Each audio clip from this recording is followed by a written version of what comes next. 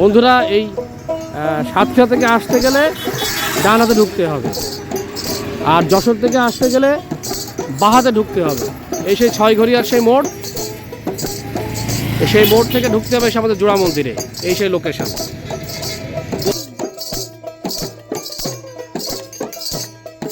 মন্দির, এখানে একটা স্কুল আছে, স্কুলটা গা ঘেঁষেই আর কি। ছয়ঘরিয়া সরকারি প্রাথমিক বিদ্যালয় সদর। সাতক্ষীরা থেকে আসতে গেলে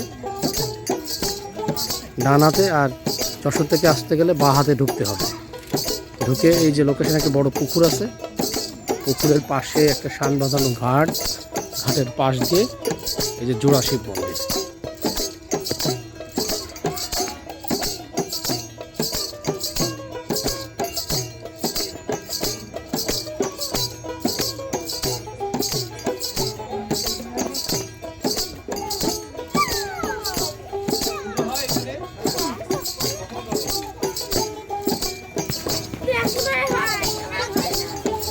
সাথে একটু দিঘি, ছয়ঘরিয়া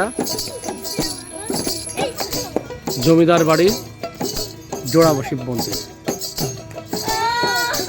সামনেটা খুঁজে পেলাম, অনেক মাটির টেরাকোটা কাজ করা আছে এখানে, অনেক সুন্দর লতা পাতা, অনেক ডিজাইন, অনেক।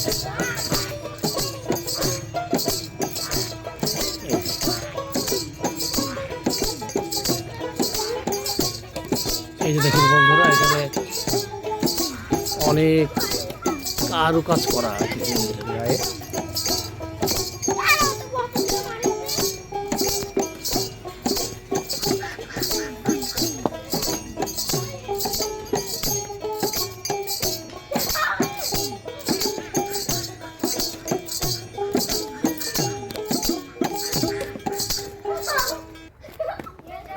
এই যে বন্ধুরা দেখতে পাচ্ছেন পুকুর, পুকুর বলতে বড় দিঘি আর কি, এটা যেহেতু অনেক বড়, দিঘিটা বাঁধানো আছে। এটা নতুন করে বাঁধানো, এটা পুরনো আমলের বাঁধানো না।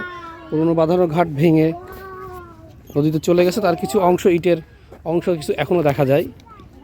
ওই যে পুরনো ভাঙা ঘাট, ভাঙা যে ঘাটটা, ঘাটের যে পুরনো ইট, এই যে এইগুলো হচ্ছে পুরনো, অনেক পুরনো।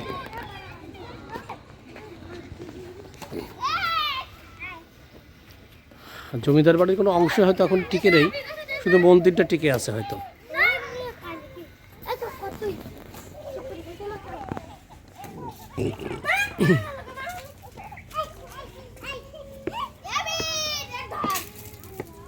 এই যে অনেক দেবদেবীর ছবি এখানে আছে।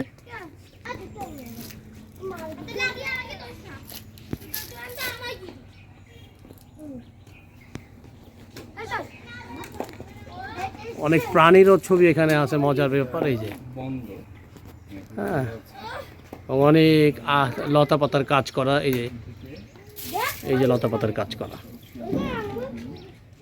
এটা যে অবস্থা, ভবিষ্যতে ধ্বংস হয়ে যাবে, তো সরকারের এখনও উচিত এটাকে সংরক্ষণের জন্য ব্যাপকভাবে উদ্যোগ নেওয়া।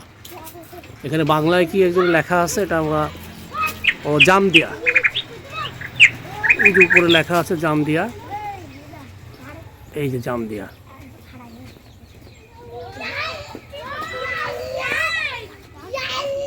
অসংখ্য দেবদেবীর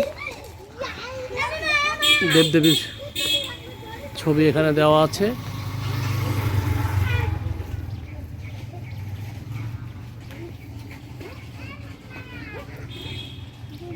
তো মন্দিরটা প্রায় এখনো ছাদের উপরে অনেক গাছগাছালি গজিয়ে গেছে, সে নিম গাছ এবং অসংখ্য অন্য অন্য গাছ, এগুলো ইপিলিপিল গাছ দেখা যাচ্ছে।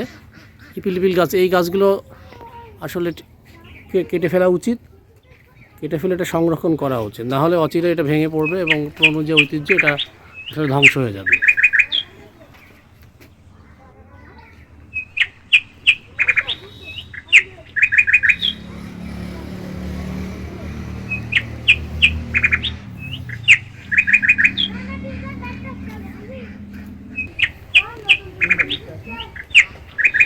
বন্ধুরা, এতক্ষণ আমরা আপনাদেরকে ছয়ঘরিয়া সাতক্ষীরা সদরের একটি জোড়া মন্দির ঘুরিয়ে ঘুরিয়ে দেখালাম। আশা করি আপনাদের ভালো লেগেছে। ভবিষ্যতে এরকম আরও অনেক ভিডিও নিয়ে আপনাদের সামনে হাজির হব। আজকে এই পর্যন্তই।